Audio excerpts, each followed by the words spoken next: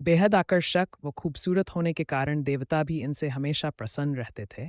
बेहद आकर्षक व खूबसूरत होने के कारण देवता भी इनसे हमेशा प्रसन्न रहते थे। अप्सराओं का कार्य स्वर्गलोक में देवों का मनोरंजन करना।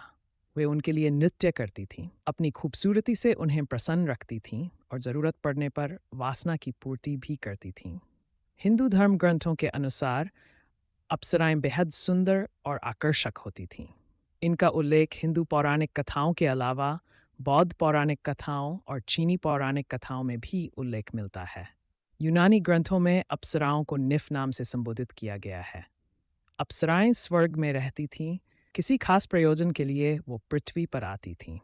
हिंदू पुराणों में ऐसी कहानियां हैं जिसमें इस बात का प्रमाण मिलता है।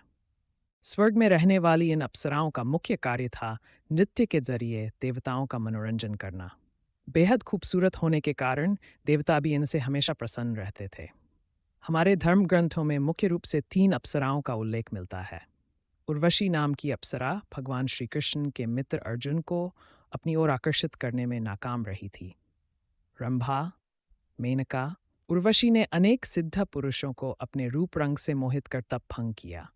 अलग अलग मान्यताओं में अप्सराओं की संख्या 8 से लेकर 100 तक बताई गई है, लेकिन ये अमर नहीं थीं, इसलिए इनकी मृत्यु हो गई।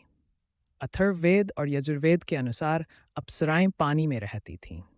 इस तरह का विवरण हमारे पौराणिक कहानियों में मिलता है कि उन्हें मनुष्यों को छोड़कर नदियों और जल तटों पर जाने के लिए कहा गया जाता था।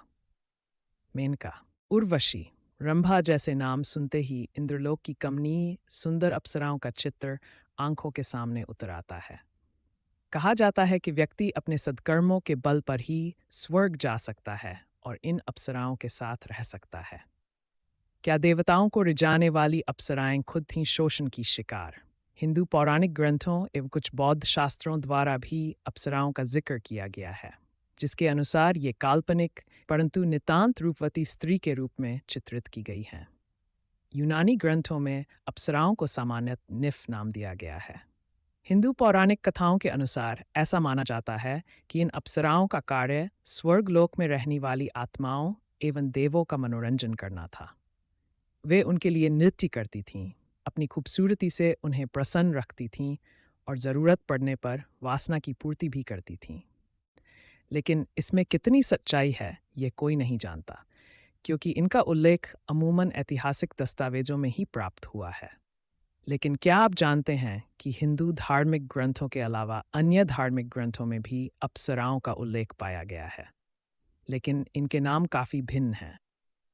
चीनी धार्मिक दस्तावेजों में भी अप्सराओं का जिक्र किया गया है, लेकिन शुरुआत हम हिंदू इतिहास से करेंगे।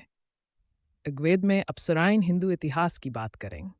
ऋग्वेद के साथ साथ महाभारत ग्रंथ में भी कई अप्सराओं का उल्लेख पाया गया है।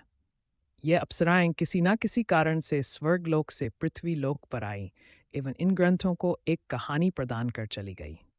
हिंदू ग्रंथों में हमें स्वर्गलोक की 4 सर्वश्रेष्ठ अप्सराओं का वर्णन मिलता है। ये हैं उर्वशी, मेनका, रंभा व तिलोत्तमा। कहते हैं इन सब में से सबसे खूबसूरत एवं किसी को भी अपनी ओर